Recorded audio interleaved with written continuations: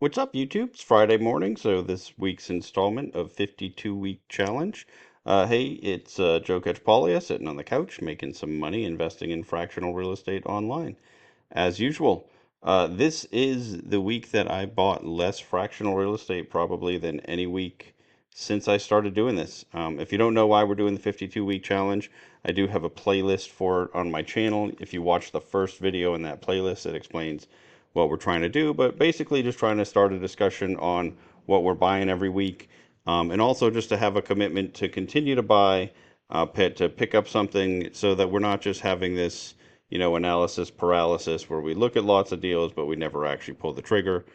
This is not typically a problem for me at all.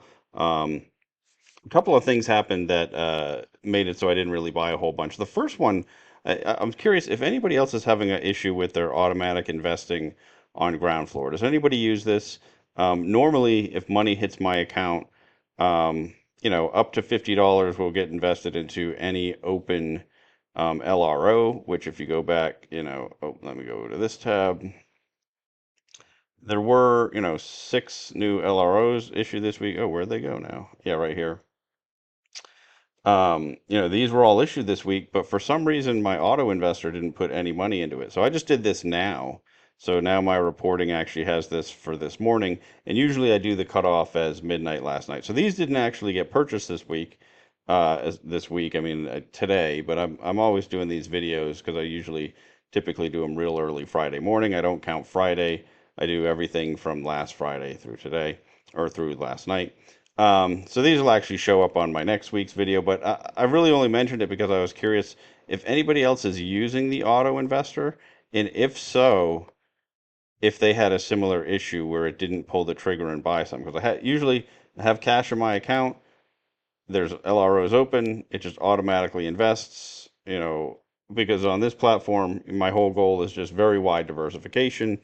Um, Also, it'll normally put it in there, but then you have the option to go in and like unclick it.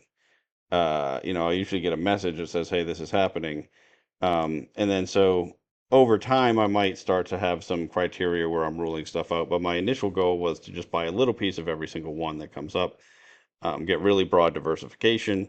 The reasoning for that is these are all short-term investments, and so it's very difficult to, right? I spend I don't want to spend a tremendous amount of time on each one because I'm going to have to do it again soon. Unlike the properties that I'm buying that I'm going to hold for the long term.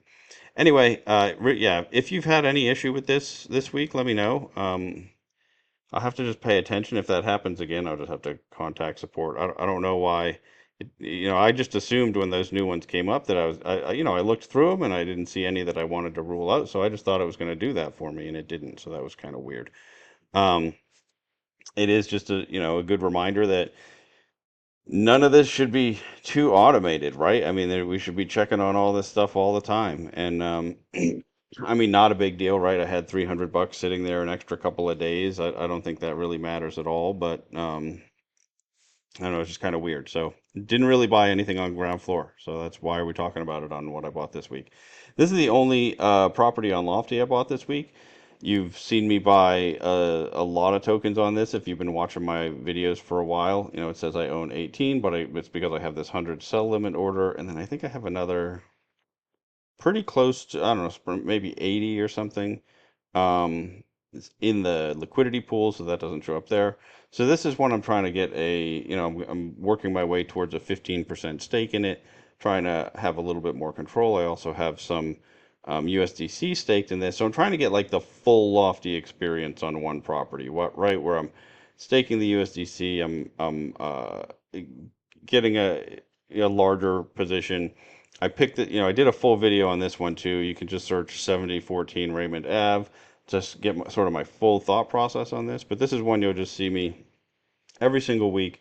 As long as the price is below $20, I've been buying at least some. I actually probably will grab a little bit more today because I pulled some money out of another liquidity pool. Probably do another video on that. That's been something. Let me know in the comments, do you care about the liquidity pools at all? Or, feel free to jump in the Discord and let me know there too. Which reminds me, please like and subscribe. In the description to this video, I have a link to the Discord I have set up. We've got, I don't know, 120, 130 investors in there now. A lot of people talking regularly about a lot of different platforms, just sharing our ideas, combining research, all that sort of thing. I actually really love the community that we're building. I feel like we're uh, really making a difference for each other and then also having some influence on some of the platforms, which is fantastic. That's the goal. I also, in the description to this video, have links to all the places, all the platforms I'm currently investing on. You want to do your own due diligence on all of those platforms, right? Just because I'm investing on there doesn't mean that you should. Just because I pick a particular property doesn't mean that you should.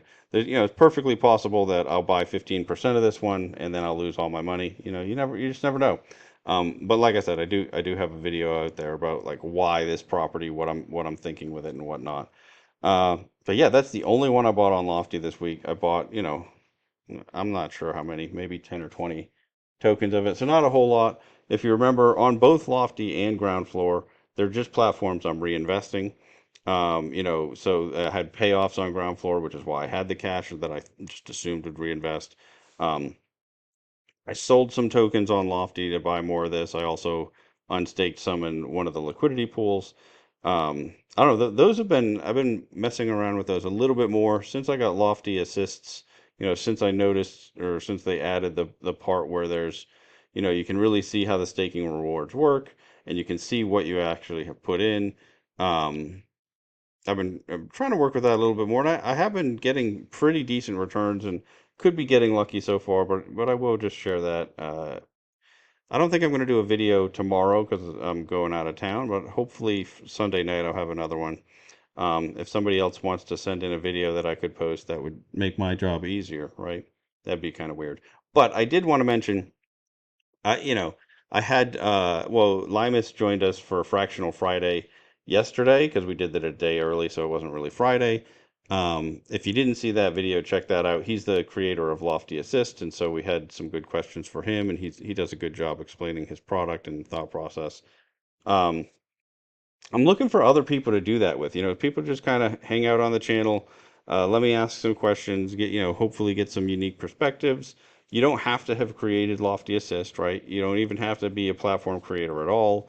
If you're a co-owner of properties, I know I did a video with Earl before. Probably do another one with him sometime in the future talking about his Earl DAO. Um, but yeah, if you have some interesting perspective, something like that, I'd be happy to have you on. And figure out something that we can talk about that might be interesting for other people, right? If you're doing a different strategy, whatever it is. Oh, and then the last thing, I have a Mogul tab up. I didn't actually buy this property on Mogul either. So literally the only one that fit into my timeline is Raymond. I will be buying a piece of this one. I noticed it's not selling out very quickly when you compare it to how fast um, the last one sold out, and it's kind of interesting because I like this deal better. I'm going to buy some of this one. Again, do your own due diligence, right? I think it is. It sort of goes to show how much this is a little bit of a beauty contest, right? Like a lot of people see, ooh, new construction. I like those pictures. Let me buy some of this. It might be a comparison of some people like Houston a lot better than Tempe. I'm not sure that that's, that I really believe that that's the issue.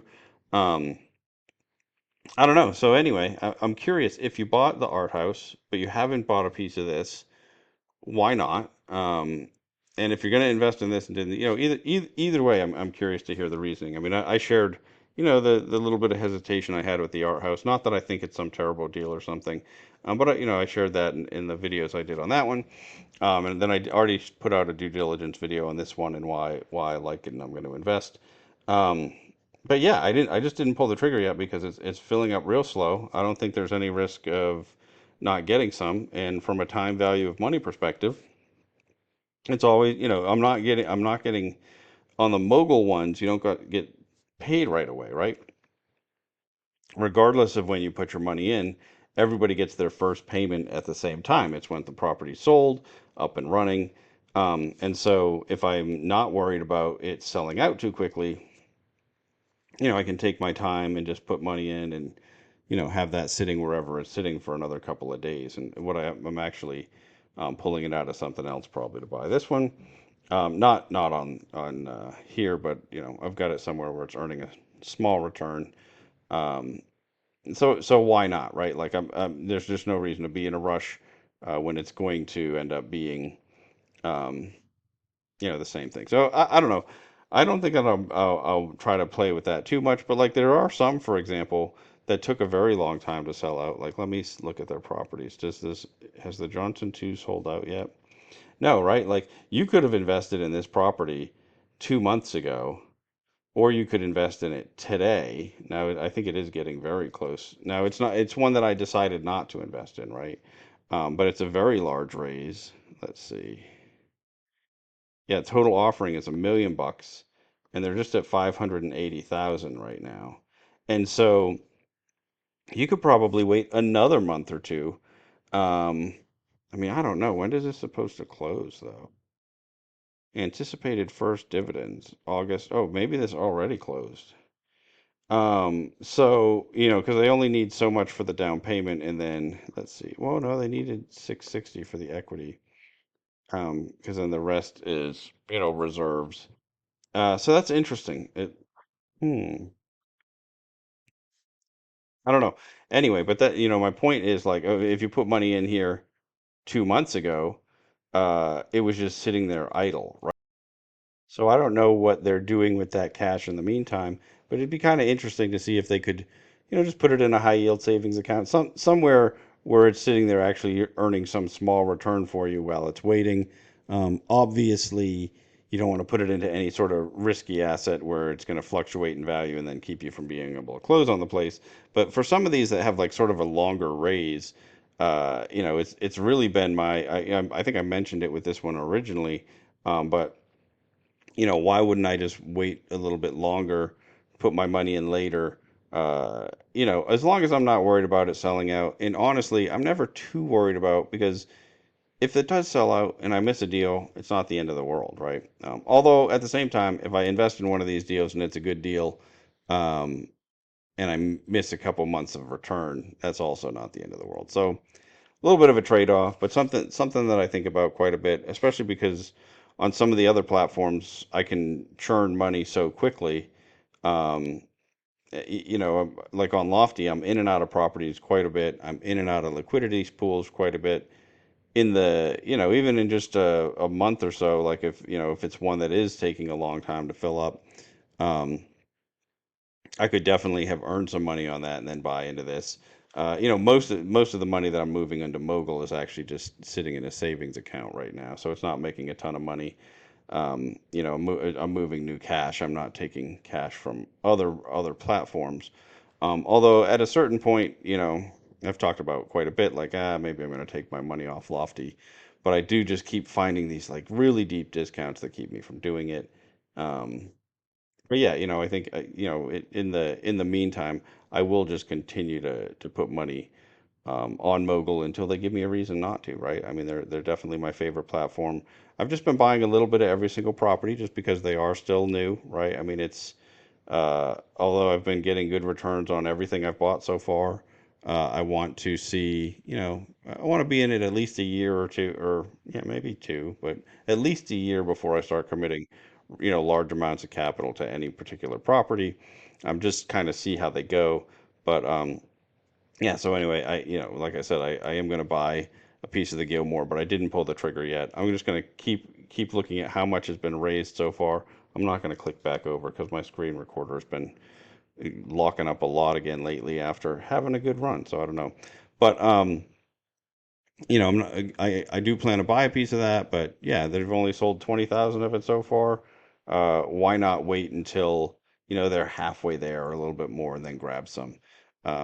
I don't know. Maybe I'm being silly about that, but I feel like when you're investing, any little edge that you can get, why not take it?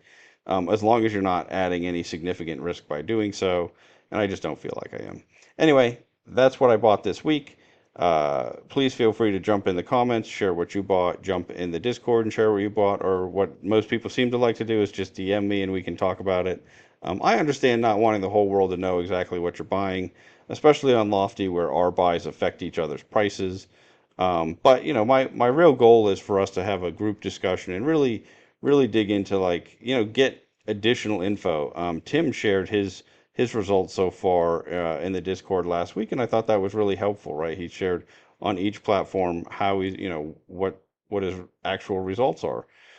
For somebody who is trying to compare across different platforms, seeing what other people are doing and how it's going for them, I think is pretty helpful. That's why I've been doing like the Mogul portfolio updates every month when they do the dividend days. I don't really do it very often on Lofty because it's just such a different animal. It is not, I don't have these buy and hold investments on there like I would for, actual real estate products. I mean, it is real estate on there, but they're not typically what I would think of as a good real estate investments for the most part on Lofty, right?